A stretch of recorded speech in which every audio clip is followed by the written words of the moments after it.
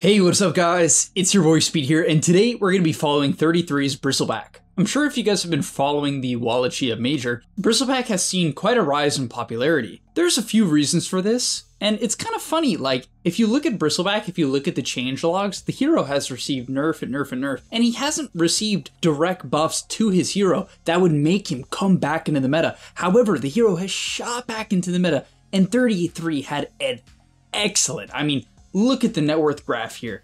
He's just at the top of the chart through and through throughout the game, carrying his team. And this is the perfect Bristleback game. And I mean that. The only matchup that I don't love here is Weaver. Reason being, Weaver bug is pretty annoying for Bristleback's armor. Bristleback can have some armor issues. Minus armor is a decent way to deal with Bristle. So that is his only bad matchup. The reason why the other ones are good is Luna is a very low range hero, so she has to get close. Brewmaster splits into 4 and then has to get really close. Dragonite generally gets somewhat close, even in his ulti. He's not going to be that far away, especially if he's stunning. And Enchantress, sure, she doesn't get that close. Depends if she has Dragonlance. But you're one of the heroes that actually kills Enchantress. Quill Spray and your Aghanim Scepter allows you to actually burst Enchantress with physical damage, something that most heroes cannot do, right? Enchantress tends not to have that much armor, but doesn't die to physical due to her ulti. Bristleback kind of deals with that in a very interesting way. So yeah, let's get into it. Also, I want to let you guys know that over on the GameLeap website, I'm making a lot of awesome content there. Content that's a lot more educational than here on YouTube. Content that's really going to help you gain MMR. I also just started working with some new coaching students, and so I'm considering posting some of those sessions over there as well. So a lot coming to the GameLeap website. If you haven't signed up, I recommend you do. It's pretty cheap. Click the link down below and I'll see you guys there. His starting item build is very unique. No tangos, no starting tangos. He has 2 gauntlets, 2 branches, and a Sage's Mask. In the early waves, you're going to pull aggro, generally try to avoid damage. Your hero has pretty bad base movement speed, not the best base armor at 4, so for the most part, you just want to pull aggro, play defensive, and get your CS. And this lane couldn't have started any better. They pull aggro, and the Enchantress ends up just committing a little bit too hard. This is one of those lanes where, yeah, you can actually kill the Enchantress. Even through her heal, the Frostbite, Blood Grenade, and 1 auto from the CM gets the job done. And Duraccio overcommits now, and it's an absolute disaster. Like right then and there, you have to feel so bad. It's game 3, and that happens. It's like the worst thing that could happen for your mental. Even though you're gonna play out the game, it's just such a grief to the mental when that happens. So from there, something that I like that he does is he's constantly eating tangos. He ships out boots immediately, doesn't waste any time buying the boots. He doesn't buy the Bassi. He doesn't buy like any stick. Just immediate boots, and I like it against this Luna and this Enchantress. You kind of need to avoid them. Yeah, he just got First Blood, and this is often how Bristle lanes go. You get First Blood, but then you're out of mana. And when this happens, you're quite useless. And so this kind of like overall timing where you spam your quills early on, maybe you get a kill, maybe you don't. Hopefully your CS is great if you don't have a kill. And then you have boots, and now on this boots timing when you're out of mana, you can just avoid them entirely. So I think this is kind of what he's aiming for. I don't know how intentional it was, but it's how it's going to play out. And now he's able to get a ridiculous 3-minute mana boots. And you can imagine why this build can be so effective with something like a Crystal Maiden, right? Because this Crystal Maiden is now going to be able to spam the Frostbite and the Crystal Nova like crazy, and eventually she'll hit level 3 and be able to take Arcane Aura, and this lane is gonna get gross. I mean, the amount of quills 33 is going to be able to click in this match due to this laning combo, plus the early mana boots, is really cool. One play that really caught me off guard, and frankly I can't understand why he did it. I'm going to show it to you guys because maybe someone will have some insight, but this was really odd. Instead of just playing the lane, like he sees the Enchantress here, the Luna's like pushing in the wave, he decides to like farm a neutral camp. I couldn't tell you why he does this because neutral creeps are not worth nearly as much gold as lane creeps, and they cost you way more mana and way more HP to farm on average, unless you're getting like stomped in your lane, of course, right? So that was a little weird. I don't know why he did that. It ended up being okay for his overall efficiency because the Luna pushed in the wave, but I don't recommend making plays like that. I think that's just some niche situation that he might have seen an angle. Something to note as well is that he buys quite a few salves, and I actually really like his concept here. I think it's super intentional. He has 2 gauntlets, he has an Ogre Axe now, which is obviously building into the Axe, and he's buying salves. He's not buying any regen item. He's completely prioritizing this Aghanim Scepter, trying to get it as fast as he can. And if you have a ton of strength items and you buy salves, you can get an immense amount of value out of the salve because you backpack the items. So it's this really cool strategy where you avoid any Ring of Health, any Vanguard, any Voodoo Masks, no Helm of the Iron Will, all of this. Wow, he's really stacking this camp and farming it. Such a unique way to get levels up on this hero. Definitely risky depending on the enemy vision and enemy mid lane hero, but this game it's super working out.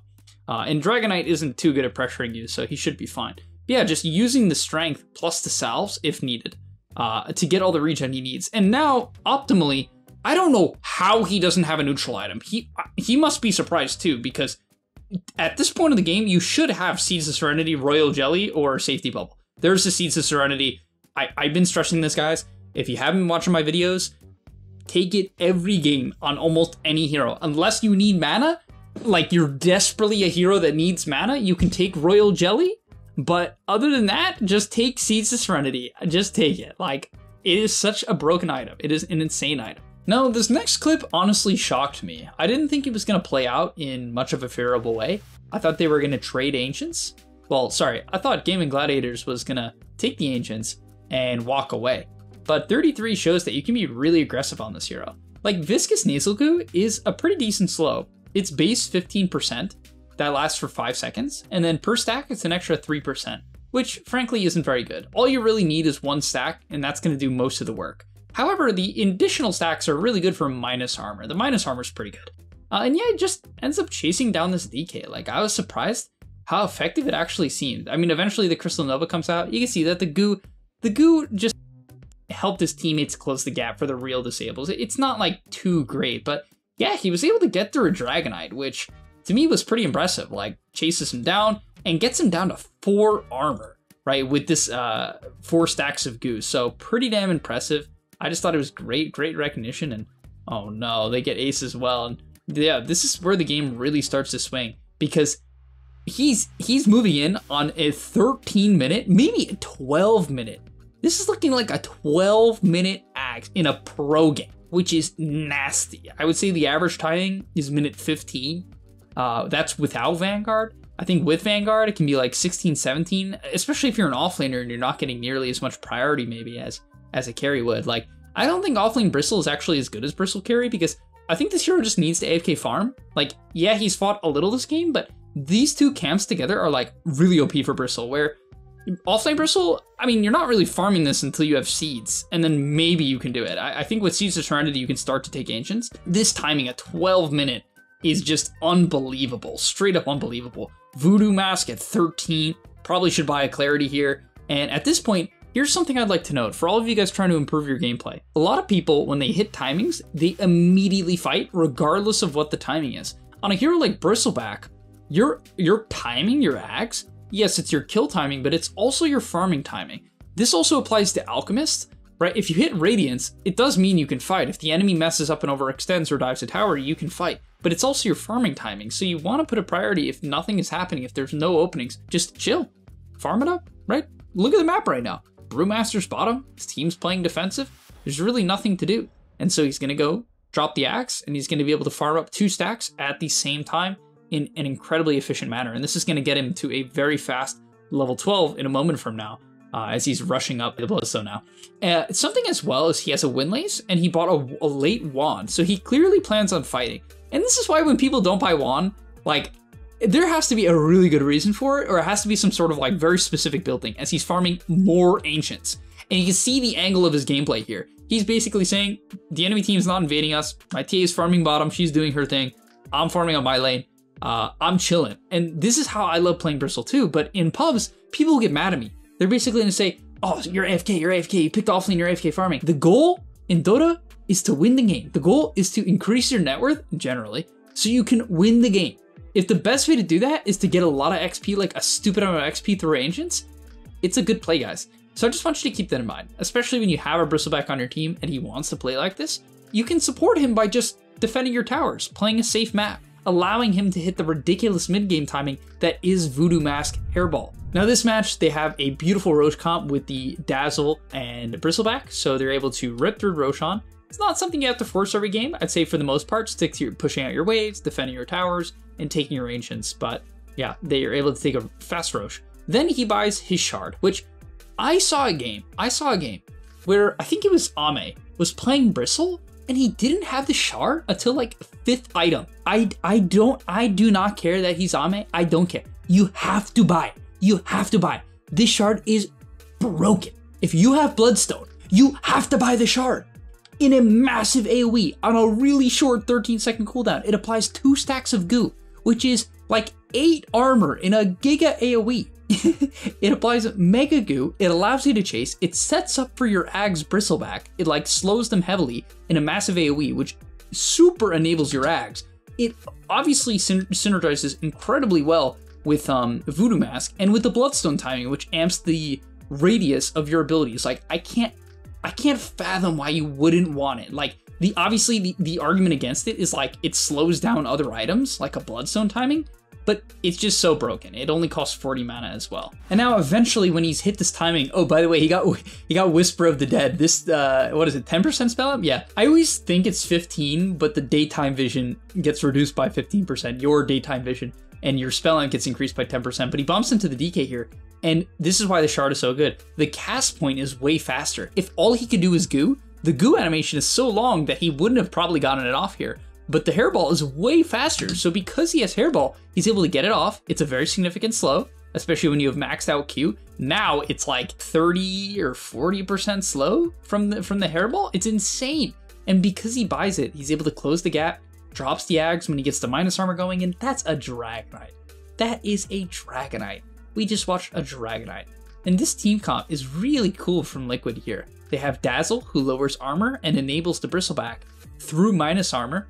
Right? Does Dazzle also give armor, or is it only minus armor now? Oh yeah, it also gives armor now, which Bristleback like super lacks. There's so much synergy between Dazzle and Bristleback. Oh, no way. Look at this. Look at what in the world. Oh man, he's about to have the Bloodstone, and that increases the radius of your Quill Spray, your Hairball, and your Ags Bristleback by 75, right? The AoE. It's just, and of course you get that Anth Lifesteal when you activate it. It is, I mean, this build is just straight up insane. It's so good. And something I love that people are doing.